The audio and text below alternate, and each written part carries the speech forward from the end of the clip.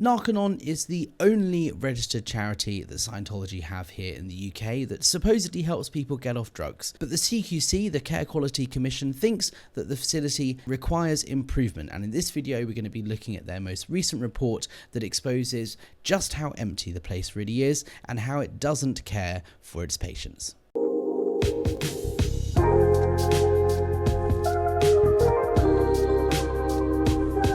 Hi guys, welcome back to my channel. I'm an apostate.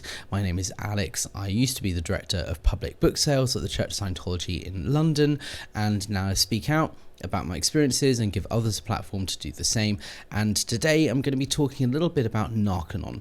Now, Narconon is Scientology's drug rehabilitation program. It is the only registered charity that they have here in the UK. They have a small centre down in East Sussex where they provide services to help people get off drugs. And effectively, people who are trying to come off drugs are given dangerous amounts of vitamins and told to sit in saunas to sweat out the toxins, and then taught Scientology principles and techniques to help them overcome their drug habits or problems. In 2015, the CQC, which is the Care Quality Commission, which is an independent watchdog that sort of go and check out all of these places and make sure that care is being given to the patients and people living at these facilities, they did an inspection and found some worrying and alarming things were happening there that they weren't so happy about, and it wasn't very well managed, so they put them on warning and went back and did a second visit in 2016, which is the most recent report and inspection that the CQC have done at Narconon in the UK. So I'm going to be looking at that report now. If I share my screen, this is the CQC report. It is publicly available online, so you can see the date of inspection was the 15th of August 2016. It was published in October of the same year. This is the most recent report the CQC have given about Narconon here in the UK. They rate the service in different areas. Is it safe? Is it effective, caring and responsive? They've all said good. Is it well led? No, it requires improvement, which is in itself hilarious, because Scientology pride themselves in having this org board and how to run a business, the WISE, which is the Worldwide Institute of Scientology Enterprises. L. Ron Hubbard came up with this amazing way of running an organization that's effective and efficient and is the best way to run a business, and so they're applying those policies here at Narconon, and yet the CQC says it's not well led. Hardly surprising, but regardless. In their overall summary, it says here, Narconon is registered to provide accommodation for up to 16 students. So that gives us an idea of how big this place is. The maximum space they have, the maximum number of people they can be helping at one time is 16. And it, just to be clear, it says here, it should be noted that the only part of the service provided at this location which is registered and regulated by the CQC is for the accommodation with personal care. We do not regulate the rehab program provided or judge its effectiveness. So this report is very much just about the care that they are providing the people staying on site and using their services. This is not a report judging the effectiveness of the rehab program itself. This is just looking at the people who are on the program. Are they being looked after effectively? So, before commencing the program, staff complete a pre-admission assessment in partnership with the students to ensure that they could safely support the student throughout the program. However, care plans and risk assessments did not consistently reflect the steps required to mitigate potential risks or how to safely manage students' mental health needs during withdrawal. Now, one thing to note in Scientology, mental health is like a bad word. In Scientology, you're taught that the psychs, like psychiatrists and mental health issues, are not real, and actually they're just made up by these big corporations and big pharma to make lots of money, and anything that you have possibly going wrong with you in your head is something that can be cured and solved through Scientology. So it's hardly surprising that the CQC report says that they don't give ample care towards mitigating mental health risks, because they don't believe in mental health illness. So hardly surprising there. It goes into a little bit more depth here about The service had been well adapted and redeveloped prior to opening in 2015. Some staff lived on the site on the top floor. Now, my guess here is that those are SEALG members, because generally if you're a staff member at an org, you would be on a schedule where you have your own house and your own home. So if they're living on site, I would imagine they are SEALG members, who are the staff who have signed a $1 billion year contract. So going through all of these areas, it is rated as good, but when it comes to being well led, it says Narconon was not consistently well led. Documentation did not consistently reflect the information and knowledge held by staff on how to provide safe, effective, and responsive care. The organisation refers to people staying at the service as students, so this is how we have also referred to them in the report. We spoke to the registered manager, 7 members of staff and 2 students. Now, let's just put this into perspective. As Scientology go on so much every year at their events about how they're changing the world and they're the fastest growing religion and we're helping hundreds, if not thousands of people get off drugs through Narconon, it says right here in this report that Narconon had 2 students, 2 patients, 2 people it was helping get off drugs at the time of inspection, and the maximum capacity the building can hold is 16. This is the only Narconon centre in the UK. This is the only place that Scientology are delivering this service of helping people get off drugs. So even if it was full 100% of the time, it can only be helping 16 people at a time, and even then it's only helping 2. It's certainly a far stretch from what they claim online about how big their program is and how many people they're helping. At our last inspection in December 2015, the provider was in breach of this regulation because safe recruitment practices had not been followed and staff had been working without a DBS check. Now, a DBS check is also known as criminal record background check. It's what you have to do if you're working in care or if you're in school, like an education setting. You have to go through a criminal record background check to make sure you are qualified to be able to be working with vulnerable people. So that wasn't happening in December 2015. So people working with these vulnerable drug addicts and people trying to get off drugs were being surrounded by people who weren't qualified and may potentially have criminal records themselves and criminal backgrounds themselves. So that's the importance of the DBS check. Now, an action plan was submitted and they did say that we found improvements here. Like in inspection in 2016, we found improvements that have been made and this provider is now meeting the requirements of this regulation. So that's good. On the day of inspection, we requested to see the hot and cold water. Okay, so what we're talking about here is the sauna. A big part of the Narconon program is similar to the purification rundown in Scientology, is taking high quantities of vitamins such as niacin, drinking something called CalMag, which is a horrible drink. Look it up online. It's this whole program of the idea is that you sweat out by sitting in a sauna and taking lots of vitamins. You sweat out the toxins in your body from from the drugs and things you've taken in your life. It's the first step anyone takes on the Scientology bridge called the purification rundown, and it's what they deliver at Narconon. The whole idea is that taking vitamins, sweating it out in a sauna helps release and remove toxins from the body. Now, the CQC say here that there's risks associated with sitting in a sauna for so many hours, and there's also important needs that need to be met when it comes to temperatures.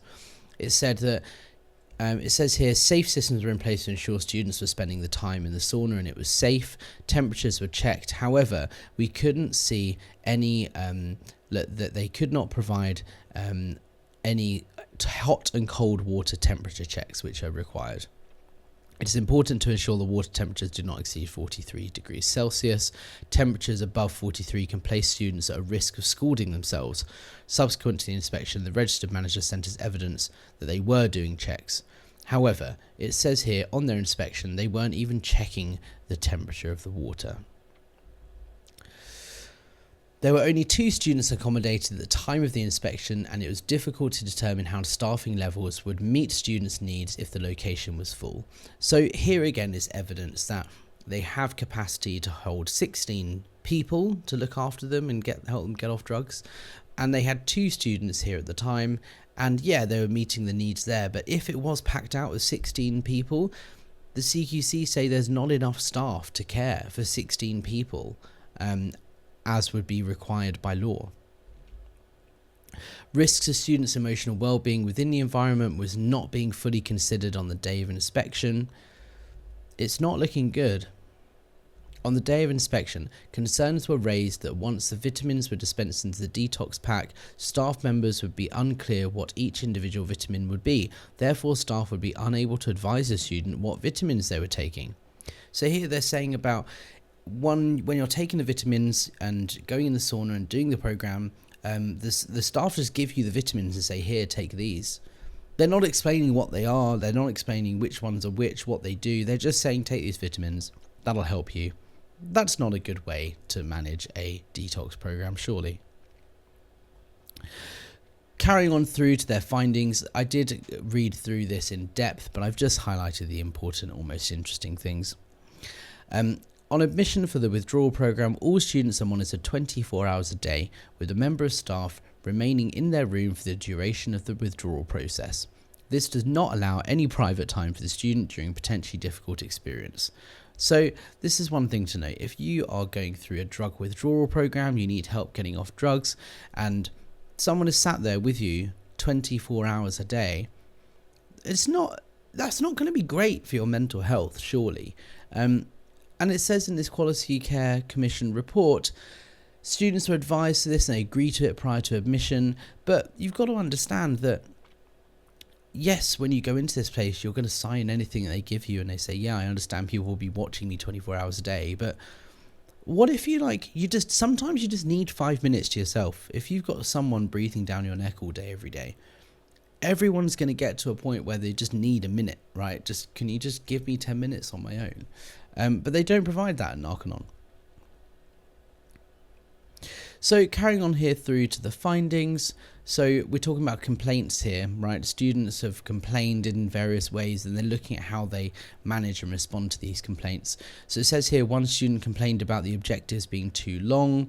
It was identified as a result of this complaint that further information was required on the individual objectives. So to put this into perspective, we're talking here about the training program that you do after you've sat in the sauna and done that physical drug detox, sweating it out program. You then do a series of lessons and learning in a course room, just like in a Scientology church. And one student complained that this process was taking too long. Narconon's response was, oh, well, you just need to understand it. You need more information. That is typical Scientology. Not listening to your complaints, going, I feel like I'm dragging on, I'm not learning anything, and going, okay, well, let's see if we can figure it out. No, Scientology go, well, you've clearly misunderstood something. What word didn't you understand? It says right here in the CQC report that someone complained about the objectives being too long, and it was identified that this was because further information was needed on that individual objectives. Then they talk about doing student feedback sessions, and it says here that they did have minutes from a previous meeting and they listened to students' objectives and complaints and so on, and the registered manager said, we plan to hold another meeting soon. However, as students come and go, it's not always possible to hold student meetings.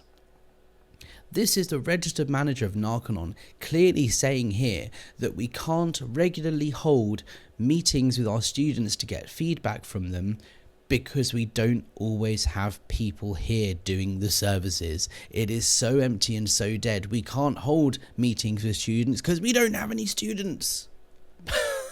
It's just hilarious. Doesn't surprise me in the slightest. Now, looking down here at kind of the care plans that are in place for the students, they call them, people who are using the services.